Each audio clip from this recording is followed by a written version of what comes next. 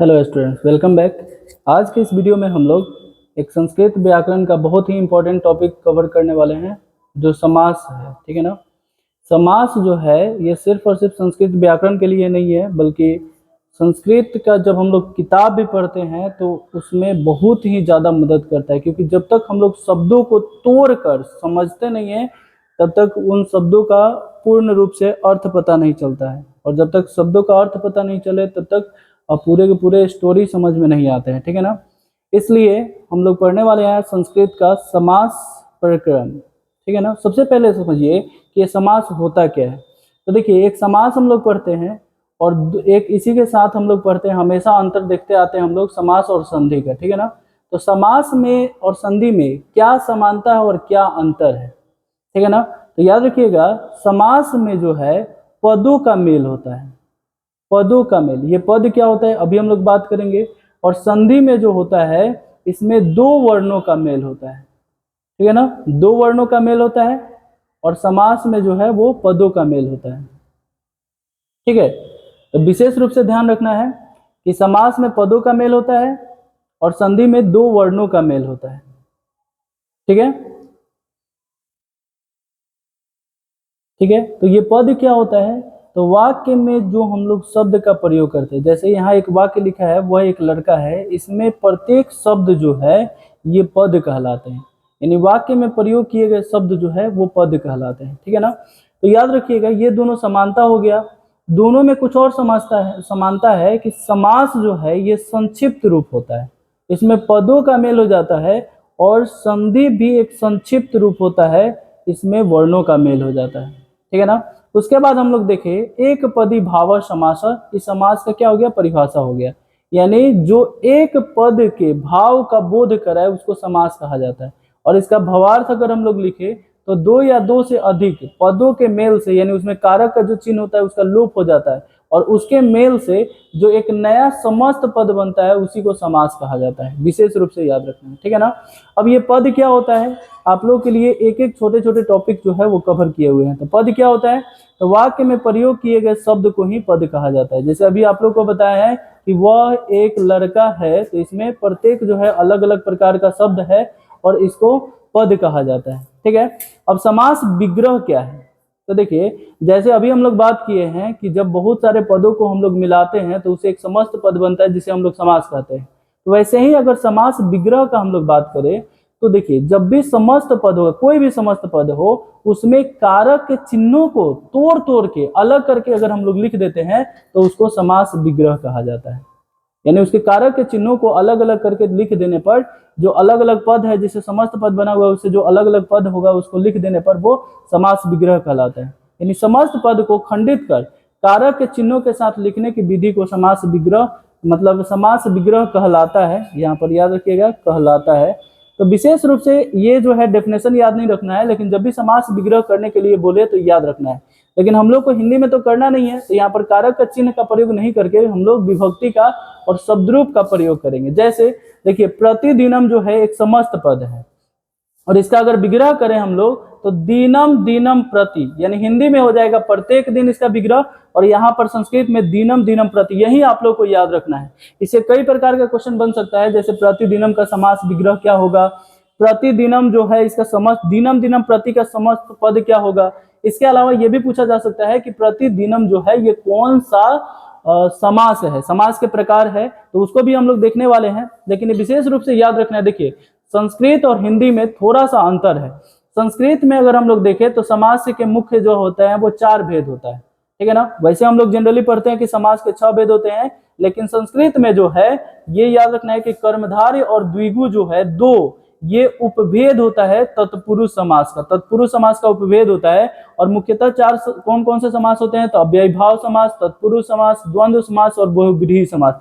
ये जो है 4 मुख्य समास है, और ये 2 कर्मधारय और द्विगु, इस प्रकार से हम लोग का 6 समास बन जाता है। देखिए आप लोगों को भी लाइन बाय लाइन याद रखना है। अगर लाइन से आप लोग याद रखते हैं तो किसी भी समास का नहीं परिभाषा और नहीं उसके उदाहरण से समझने का तरीका भी आप लोग को याद करने की जरूरत नहीं पड़ेगा, ठीक है ना। याद रखिएगा इस प्रकार से कुल 6 समास हो जाएंगे, अव्ययी भाव समास, तत्पुरुष समास, द्वंद्व समास, बहुब्रीहि समास, द्विगु और कर्मधारय समास। आप लोग को भी वैसे ही इसी क्रम में याद रखना है, ठीक है ना। क्रम पर क्यों इतना हम जोर दे रहे हैं अभी आप लोग को समझ में आ जाएगा। जैसे सबसे पहले जो है अव्ययी भाव समास होता है, ठीक है ना। तो इसका अगर हम लोग संस्कृत में देखें तो यह पूर्व पदार्थ यानी पूर्व पद प्रधानो अव्ययी भाव, यानी वैसा समास जिसका विग्रह करने पर, देखिए किसी भी समास का प्रकार बता सकते हैं उसका विग्रह करने पर, तो वैसा समास जिसका विग्रह करने पर पूर्व पद जो है वो प्रधान हो, यानी पहला पद जो है वो प्रधान हो, वो अव्ययी भाव समास कहलाता है। और इसके कुछ आप लोगों को हम स्टार पॉइंट देकर और कुछ नोट बात बताएंगे जो इसे आप लोग आसानी से पहचान सकते हैं कि वो अव्ययी भाव समास है। वो नोट क्या है, सबसे पहले याद रखिएगा कि उपसर्ग वाला जितना भी शब्द होगा ना, उपसर्ग जो संस्कृत में 22 उपसर्ग होता है, उपसर्ग लगा हुआ जितना भी समस्त पद होता है वो सारा का सारा अव्ययी भाव समास होता है। जैसे यहाँ पर प्रतिदिनम था तो प्रतिदिनम में प्रति जो है उपसर्ग होता है, 22 उपसर्ग होता है, तो प्रति जो है उपसर्ग है इसलिए वो एक अव्ययी भाव समास है। तो याद रखिएगा जिस समास का पहला पद प्रधान है उसे अव्ययी भाव समास कहा जाता है। और याद रखिएगा अव्ययी भाव एक वर्ड से बना हुआ है, अव्यय से, और अव्यय एक वैसा शब्द होता है जो लिंग, वचन, कारक, काल के अनुसार नहीं बदलता है, उसी को अव्यय कहा जाता है। याद रखिएगा ये सब जगह समान रहेगा। संस्कृत के उपसर्ग युक्त पद को अव्ययी भाव समास कहा जाता है। जैसे देखिए इसमें प्रति है, यहाँ पर उप है, यहाँ पर अनु है, यहाँ पर निर्विघ्न में नी है। मतलब ऐसा नहीं कि सारा का सारा उपसर्ग युक्त ही होगा, लेकिन जो भी उपसर्ग युक्त समस्त पद होगा वो अव्ययी भाव समास ही होता है। तो प्रतिदिनम का विग्रह हो जाएगा दिनम, दिनम प्रति, यानी इसका हिंदी में हो जाएगा प्रत्येक दिन। यही आपको विशेष रूप से याद रखना है। यथा शक्ति का हो जाता है शक्ति मन्य क्रमण्य, शक्ति मन तिक्रमण्य, यानी शक्ति के अनुसार। उप कृष्णा मतलब कृष्णम, कृष्णा के समीप हो जाएगा तो कृष्णस्य समीपम। अनुरूपम रूप के योग्य, रूपस्य योगम। अध्यात्मम आत्मा, आत्मनि अधि हो जाएगा, ठीक है ना। इसका मतलब होता है आत्मा में। सचक्रम यानी चक्र के साथ, तो ये हो जाएगा चक्र युगपत। निर्विघ्नम यानी विघ्नों का अभाव, कोई भी विघ्न नहीं हो, कोई बाधाएं नहीं हो, उसी को निर्विघ्न कहा जाता है। तो विघ्ना नाम अभाव, ये सारे के सारे जो है वो अव्ययी भाव समास है। इसको अगर आप याद कर लेते हैं तो एग्जाम में आपका एक भी अव्ययी भाव से आपका नहीं छूटेगा, ठीक है ना। एक दो और है इंपॉर्टेंट, वो भी हम लोग देख लेते हैं और फिर दूसरा हम लोग देखते हैं, ठीक है ना। दूसरा है, अगला एग्जाम्पल है हम लोग का आजीवन, यानी होता है आजीवनात, यानी जीवन भर, जीवन पर्यंत, जीवन के बाद भी, मतलब जीवन के बाद नहीं मतलब पूरे जीवन, यानी जो भी हम लोग काम शुरू से बचपन से लेकर और जीवन के अंत तक करते हैं उसी को आजीवन कहा जाता है। उसी तरह से है अब तत्पुरुष समास दूसरा, पहला याद रखना है। और पहला में विशेष क्या बात था कि पहला पद प्रधान था। तो देखिए अगर आप अव्ययी भाव समास याद कर लेते हैं एक नंबर में तो इससे आपको ये याद हो जाएगा कि पहला पद पहला है तो पहला पद प्रधान होगा। तो वैसा समास जिसका विग्रह करने पर पहला पद प्रधान हो वो अव्ययी भाव समास कहलाता है, ठीक है ना। वैसे ही तत्पुरुष समास का हो जाएगा उत्तर पद प्रधानम तत्पुरुष, यानी वैसा समास जिसका बाद वाला अंतिम पद प्रधान हो, यानी जिस समास का उत्तर यानी बाद वाला पद जो है अर्थ यानी उसका अर्थ जो है प्रधान हो उसे तत्पुरुष समास कहा जाता है। और एक विशेष रूप से इसका भी नोट हो जाएगा कि देखिए जिसका विग्रह करने पर, हिंदी में याद रखिएगा, जिसका विग्रह करने पर बीच में कारक का चिन्ह हो जाए, ठीक है ना। कारक का अगर बीच में चिन्ह आ जाता है तब तो उसको तत्पुरुष समास कहा जाता है, यानी वैसा समास जिसका विग्रह करने पर बीच में कारक का चिन्ह आ जाए तो उसको तत्पुरुष समास कहा जाता है, ठीक है ना। अब देखिए कारक का अगर हम लोग प्रकार देखते हैं तो संस्कृत में कारक के 6 प्रकार होते हैं, ठीक है ना। 6 प्रकार होता है संस्कृत में। और हिंदी में अगर कारक का हम लोग प्रकार देखते हैं तो कुल 8 प्रकार होते हैं। तो जिसमें 6 प्रकार जो होता है संस्कृत में कौन कौन सा होता है, तो याद रखिएगा इसमें जो है हम लोगों को कारक नहीं देखना है, बस कारक से संबंध करके तत्पुरुष समास का हम लोगों को मतलब क्या देखना है, तत्पुरुष समास का प्रकार देखना है। वैसे बेसिकली आप तत्पुरुष समास भी याद रखेंगे तो कोई दिक्कत नहीं है, के साथ साथ आपको तत्पुरुष समास का प्रकार भी आपको हम याद करा देते हैं, ठीक है ना।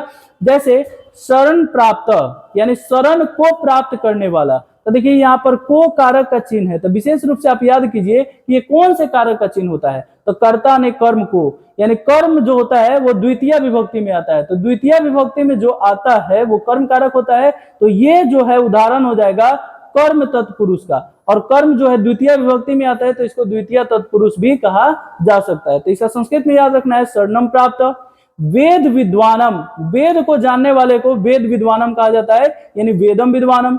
गृहम गता, घर गया हुआ, गृहम गता हो जाएगा। कल्पनातीत, यानी कल्पना को जो पार कर जाए उसको कल्पनातीत कहा जाता है। आशा का जो पार कर जाए उसको आशातीत कहा जाता है। तो याद रखना है कल्पना नाम अतीत, ये इसका संस्कृत में विग्रह हो जाएगा। वैसे ही अगर हम लोग देखते हैं मतलब कर्म कारक का चिन्ह जो होता है वो को होता है, वैसे ही करण कारक का जो चिन्ह होता है वो से होता है, और इसका विभक्ति जो होता है वो तृतीया होता है। तो जो भी एग्जाम्पल होगा करण कारक का, यानी से वाला जो भी होगा, से वाला चिन्ह वाला, तो उसमें तृतीय विभक्ति लगेगा, और तृतीय विभक्ति यानी तृतीय तत्पुरुष यानी करण तत्पुरुष का ये एग्जाम्पल हो जाएगा। जैसे ज्ञानहीन, तो ज्ञानेन हीन, यानी ज्ञान से हीन, ठीक है ना। ज्ञानेन में तृतीय विभक्ति का प्रयोग किया गया। वैसे भी बालक शब्द रूपात्मक पढ़ेंगे तो बालकेन होता है, वैसे ही ज्ञानेन हो जाएगा। पीठ सम, यानी पिता के समान जो होता है उसको पित्रा सम कहा जाता है, और के समान, के साथ, ये सब के योग में तृतीय विभक्ति का प्रयोग किया जाता है। सुख युक्तम, सुखे न युक्त, सुख से युक्त यानी सुख से भरा हुआ, ठीक है ना। अग्निदग्ध, यानी अग्नि आग से जला हुआ, आग से जला हुआ को अग्निनाद दग्ध कहा जाता है। तो इसमें भी तृतीय विभक्ति यानी ये भी करण तत्पुरुष का ही एग्जाम्पल हो जाएगा। उसी तरह से चतुर्थी तत्पुरुष है, यानी संप्रदान, संप्रदान कारक का ये सब जो है चिन्ह हो जाएगा। संप्रदान कारक का चिन्ह जो होता है वो को के लिए होता है, याद रखिएगा को के लिए होता है। और विशेष रूप से क्या याद रखना है कि ये जो है को के लिए संप्रदान कारक का चिन्ह है, तो संप्रदान तत्पुरुष होगा, और संप्रदान चतुर्थी विभक्ति में आता है तो चतुर्थी तत्पुरुष का ये सारा का सारा एग्जाम्पल हो जाएगा, ठीक है ना। देश हितम, देशाय हितम, आय बालकाय चतुर्थी विभक्ति होता है। उसी तरह से याद रखना है देश के लिए भलाई, हित मतलब भलाई हो जाएगा। कुंडल हिरण्यम, तो कुंडलाय हिरण्यम हो जाएगा, कुंडल के लिए सोना, ठीक है ना। पितृ सुखम, पित्रा सुखम, पित्रा में चतुर्थी विभक्ति है तो पिता के लिए सुख हो जाएगा। भूत बलि, यानी भूत के लिए बलि, भूताय बलि, ठीक है ना। तो ये जो है एग्जाम्पल हो जाएगा चतुर्थी तत्पुरुष में। मुख्य रूप से आपको तत्पुरुष का ही उदाहरण के लिए याद रखना है, लेकिन इसमें विशेष रूप से पूछे कौन सा तत्पुरुष है तब इस तरह से आपको एग्जाम्पल देना है। उसी तरह से याद रखना है पंचमी, पंचमी विभक्ति में याद रखना है। देखिए याद रखिएगा एक सूत्र होता है भितार्था नाम भय हेतु, ठीक है ना। यानी जिस भी चीज से अगर किसी को डर लगता है उसमें चतुर्थी विभक्ति लगता है, याद रखिएगा। यानी भी और तरा धातु के योग में चतुर्थी विभक्ति का प्रयोग किया जाता है। तो याद रखिएगा यहाँ पर दिया है सर्प भीत, यानी सांप से डरा हुआ। तो यहाँ पर क्या है डरा हुआ, तो डरने के योग में यानी भी धातु के योग में हम लोग क्या चीज का प्रयोग करते हैं पंचमी विभक्ति का। तो देखिए सर्पात भीत, और ये जो है अपादान तत्पुरुष का एग्जाम्पल हो जाएगा, अपादान तत्पुरुष का, ठीक है ना। अगला दिया है चौर भयम, चौरात भयम चोर से भय।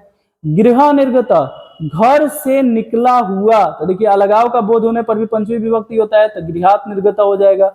स्वर्ग पतित, स्वर्ग से गिरा हुआ, ठीक है ना, तो स्वर्गात पतित हो जाएगा। उसी तरह से 5 नंबर में हो जाएगा षष्ठी तत्पुरुष यानी संबंध कारक। इसका चिन्ह जो होता है वो क्या होता है, इसका चिन्ह होता है का के की होता है, ठीक है ना, का के और की होता है। तो इसमें देखिए अशोक का वृक्ष, तो का आ गया तो ये संबंध तत्पुरुष का, मूल रूप से तत्पुरुष ही है, लेकिन अगर उसका भी प्रकार पूछता है तो इस तरह से हम लोग संबंध तत्पुरुष में अशोक वृक्ष यानी अशोकस्य वृक्ष हम लोग लिख सकते हैं। इसके बाद अगला और हम लोग देख ले एग्जाम्पल, तो क्या है मूषक राजा, यानी मुष्का नाम राजा, चूहों का राजा, का चिन्ह है इसलिए ये षष्ठी तत्पुरुष यानी संबंध तत्पुरुष का ये एग्जाम्पल है, ठीक है ना। सुख भोगा यानी सुखस्य भोगा। सूर्योदय सूर्यस्य उदय। देवार्चनम, देवा नाम अर्चनाम, अर्चना मतलब पूजा होता है। गंगा जलम, गंगा का जल, गंगाया जलम हो जाएगा, ठीक है ना। तो ये जो है षष्ठी तत्पुरुष का। उसी तरह से सप्तमी तत्पुरुष का होता है और इसका चिन्ह जो होता है वो में पर होता है, ठीक है ना, में पर, और कारक होता है अधिकरण कारक। तो उस तरह से अगर हम लोग देखें तो पहला दिया है रणवीर यानी रणे वीर, रण में वीर जो होता है उसी को रणवीर कहा जाता है। शोक मग्न, शोक में मग्न यानी खोया हुआ, तो यहाँ पर हो जाएगा शोके मग्न। धर्म निपुण, धर्म में निपुण, ठीक है ना। व्यवहार कुशल, तो व्यवहारे कुशल, ठीक है ना, व्यवहार में कुशल। तो इस तरह से जो है यहाँ पर में आ गया ना, तो में जो है देखते हैं हम लोग कौन से कारक का चिन्ह है, तो अधिकरण कारक का चिन्ह है, इसलिए इसमें कौन सा विभक्ति हो जाएगा, सप्तमी विभक्ति का हो जाएगा, ठीक है ना। तो दूसरा भी हम लोग का कंप्लीट हो गया, तत्पुरुष समास। अब हम लोग देखेंगे तीसरा द्वंद्व समास को देखेंगे, ठीक है ना। तो देखिए पहला हम लोग देखे कि पहला पद प्रधान हो, दूसरा हम लोग देखे अंतिम पद प्रधान हो, और तीसरा जो है द्वंद्व जिसका दोनों पद प्रधान होगा। देखिए लाइन से आप याद कर सकते हैं, संस्कृत में होता है चार्थे द्वंद्व, यानी च के अर्थ में द्वंद्व समास होता है। यहाँ पर लिखा भी है च के अर्थ में सुबंत पद का, ये सुबंत जो होता है एक प्रत्यय होता है, ठीक है ना, उसको भी हम लोग अलग से वीडियो में उसको हम लोग डील कर लेंगे। सुबंत युक्त पद जो होता है उसमें च के पद में च के मतलब उपस्थिति में हम लोग का जो समास होता है वो कौन सा समास होता है, द्वंद्व समास होता है, ठीक है ना। जैसे अगर बात करें राम लक्ष्मणौ, देखिए जब भी औ आएगा तो याद रखना है उसका मतलब विग्रह होगा राम च लक्ष्मण च, ठीक है ना। राम च, यहाँ पर राम हो जाएगा, राम च लक्ष्मण च, ये इसका विग्रह हो जाएगा। और संस्कृत में राम और लक्ष्मण इसका दोनों पद प्रधान होता है, किसी को आप अलग नहीं कर सकते, दोनों पद प्रधान होता है, ठीक है ना। उसी तरह से रहेगा दिन रजनीय, यानी दीनम और रजनी च, दिन और रात हो जाएगा, ठीक है ना। हरि हरऊ, जब भी औ लगा रहेगा ना तो समझ जाना है कि वो द्वंद्व समास है, ठीक है ना। इसी तरह से आप लोग को कुछ कुछ की वर्ड्स जो है याद रखना है, जिससे आप संस्कृत का डील कर सकते हैं। हर एक चीज आपको, हर एक शब्द को याद नहीं करना है, ठीक है ना। हरि च हर हर च, ठीक है ना, हर च, तो ये हो जाएगा हरि और हर। माता और पुत्र, देखिए दोनों पद जो है इसका समास मतलब दोनों पद जो है प्रधान है, इसलिए इसमें भी द्वंद्व समास है, ठीक है ना। तो माता पुत्रौ, यानी माता च पुत्र च हो जाएगा, ठीक है ना। उसी तरह से गुरु शिष्य सुख दुखे, उसी तरह से पुष्प फल पत्राणी, पुष्प फूल और पत्र, इसमें तीन पद है लेकिन तीनों पद जो है वो क्या है, प्रधान है, इसलिए इसको द्वंद्व समास कहा जाता है। तो पहला है जिसका प्रथम पद प्रधान है, दूसरा है जिसका अंतिम पद प्रधान है, तीसरा है जिसका दोनों पद प्रधान है, अब चौथा होगा ऐसा जिसका कोई भी पद प्रधान नहीं होगा, ठीक है ना, उसका कोई दूसरा ही पद प्रधान होगा, और वो होता है बहुब्रीहि समास। यानी इसका होता है अन्य पद प्रधानो बहुब्रीहि, यानी वैसा समास जिसका समस्त पद जो होता है उसका में चाहे उसके समस्त पद का विग्रह करने पर कोई भी पद प्रधान नहीं होता है, कोई दूसरा पद ही प्रधान होता है, ठीक है ना।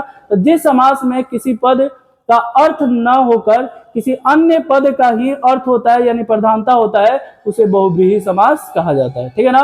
और इसके लिए कुछ विशेष रूप से और याद रखना है, ठीक है ना। जैसे याद रखिएगा, इसमें किसी देव का या किसी विशेष पुरुष का अगर बोध हो, किसी विशेष मनुष्य का बोध हो, या किसी देव का क्या ईश्वर का बोध होता है, तो उसमें बहुब्रीहि समास होता है। ये कीवर्ड्स है, इसको भी आप याद कर सकते हैं, ठीक है ना। जैसे पीताम्बर, पीतम अंबर यस्य असौ, ठीक है ना, यानी पीला वस्त्र जो धारण करता है। तो देखिए जो धारण करता है, तो धारण कौन कर सकता है, मनुष्य ही, इसलिए वहां पर अर्थात विष्णु भगवान जो है वो पीले वस्त्र को धारण करते हैं, तो बहुब्रीहि समास हो जाएगा। तो याद रखिएगा किसी व्यक्ति का बोध होना ही चाहिए, ठीक है ना। चक्र पानी, यानी चक्रम पानी यस्य स, चक्रम पानी यानी हाथ हो जाएगा, यानी चक्र जिसके हाथ में हो, तो किसी व्यक्ति का बोध हो रहा है, ये भी विष्णु का ही होगा, तो इसलिए चक्र पानी जो है वो भी कौन सा समास हो जाएगा, बहुब्रीहि समास ही हो जाएगा। महात्मा, यानी महात्मा, महान आत्मा यस्य स, यानी जिसकी आत्मा जो है वो महान हो, ठीक है ना। ये भी किसी व्यक्ति का ही, जो महान हो, किसी ना किसी व्यक्ति का बोध हो रहा है, इसलिए उसको हम लोग क्या बोलेंगे, बहुब्रीहि समास। जितेंद्रिय, यानी जिसने इंद्रिय जीत ली हो, अपने इंद्रियों पर बस पा लिया हो, जैसे इंद्रजीत थे, ठीक है ना। उसी तरह से अगला अगर हम लोग देखें, निर्भय, निर्भयम निर्गतम भयम यस्मात् स, यानी जिसके अंदर से भय निकल गया हो, ठीक है ना, तो वो क्या हो जाता है, निर्भय हो जाता है। उसी तरह से है महाशय, यानी महान आशय यस्य स, जिसके विचार महान हो, ये भी किसी व्यक्ति का बोध हो रहा है, तो किसी भी व्यक्ति का अगर बोध हो तो उसमें बहुब्रीहि समास हो जाता है। उसके बाद है आखिरी और सेकेंड लास्ट है हम लोग का द्विगु समास।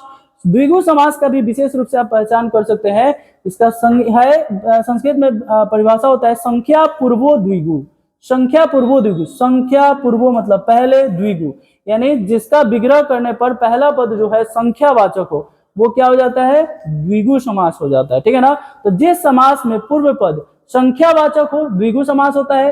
जैसे देखिए त्रि मतलब तीन, पंच मतलब पांच, त्रि मतलब तीन, दशा मतलब 10, सप्त मतलब 7, ये संख्यावाचक अगर पहले है तो उस तरह से हम लोग का क्या हो जाएगा, द्विगु समास हो जाएगा। जैसे त्रिफला, त्रया नाम फला नाम समाहार, समाहार लग जाए, जब भी समूह लग जाए, जब भी समूह शब्द का प्रयोग हो जाए तो उसमें द्विगु समास हो जाता है। याद रखना है, समूह समूह समूह समूह, सब में समूह दिया हुआ है। उसी तरह से पंच पात्रम यानी 5 पात्रों का समूह, त्रया त्रिभुवनम त्रयानाम भुवनम समाहार, 3 भुवनों का समूह, दशानाम आननाम समाहार यानी 10 सिरों का समूह, सप्तानाम, देखिए यहाँ पर समूह लगा है इसलिए ये दशानन जो है एक द्विगु समास है, लेकिन 10 हो आनंद जिसके यानी किसी व्यक्ति का बोध कराने पर वो बहुव्रीहि समास हो जाता है। ठीक है ना। सप्तशती, सप्तानाम शतानाम समाहार यानी 700 का समूह जो है, यहाँ पर जब भी समूह का बोध होगा, समाहार लग जाए संस्कृत में या हिंदी में समूह लग जाए तो उसमें द्विगु समास होता है। ठीक है ना।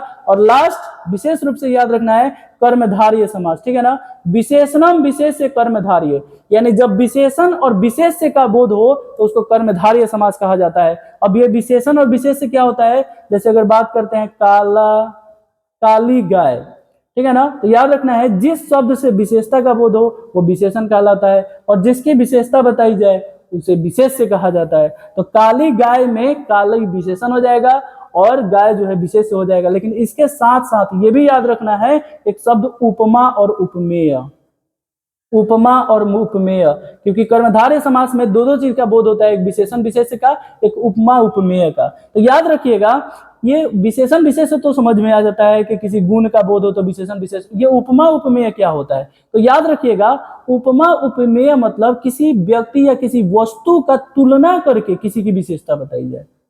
अब काली गाय, तो काली मतलब कोई व्यक्ति नहीं ना, चाहे कोई वस्तु नहीं ना, कोई वस्तु नहीं, तो काली गाय एक विशेषण विशेष है। लेकिन वही बात करें उपमा उपमेय मतलब कि जैसे अगर चांद के समान मुख, चंद्रमुख, तो चंद्र कोई गुण नहीं है, चंद्र एक वस्तु है। तो जब वस्तु से तुलना करके किसी की विशेषता बताई जाती है तो उसको पहला जो जिससे बताई जाती है, जैसे राम का मुख चंद्रमुख है यानी चंद्रमुख है, चंद्र के समान मुख है। अगर ऐसे अगर एक वाक्य ले लेते हैं तो किसकी विशेषता बताई जा रही है, राम की, तो वो उपमेय हो जाएंगे। और किससे तुलना की जा रही है, चांद से, इसलिए वो हो जाएगा उपमा। ठीक है ना। अब है विशेषणम और विशेष, जिसकी विशेषता बताई जाए, तथा उपमा उपमान जिससे उपमा दी जाए, और उपमेय जिसकी उपमा दी जाए। जो समास जो होता है उसको कर्मधारय समास कहलाता है। जैसे नीलोत्पलम, नीलम नीलम उत्पलम, नीला कमल, देखिए नीला जो है यहाँ पर रंग का नाम है तो ये विशेषण विशेष हो जाएगा।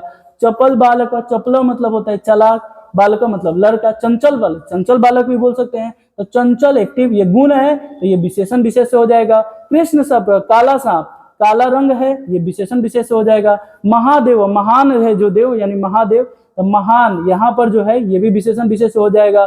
सुंदर पुरुष, सुंदर पुरुष इसे दिया है तो ये भी विशेषण विशेष हो जाएगा। अगर रहेगा इस तरह से घन श्याम, घन श्याम यानी ये हो जाएगा घन इव श्याम, घन इव श्याम यानी घन यानी बादल के समान काला, श्यामा मतलब होता है काला, तो यहाँ पर बादल से तुलना की जा रहा है, बादल एक वस्तु है तो ये उपमा हो जाएगा और ये उपमेय हो जाएगा। ठीक है ना। तो उपमा उपमेय होने पर कर्मधारय समास होता है।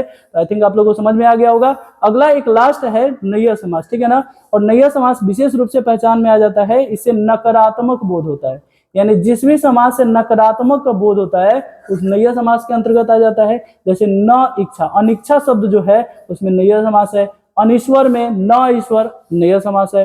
अनर्थ अ लगा हुआ है, नकारात्मक बोध का बोध हो रहा है तो नैय समास।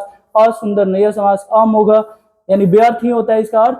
अप्रिय जो प्रिय नहीं हो, तो जो भी नकारात्मक बोध होता है उसको नैय समास कहा जाता है। तो इस वीडियो में जो है हम लोग समास का वीडियो कंप्लीट कर लेते हैं, फिर मिलते हैं नेक्स्ट टॉपिक नेक्स्ट वीडियो के साथ। तब तक के लिए बाय।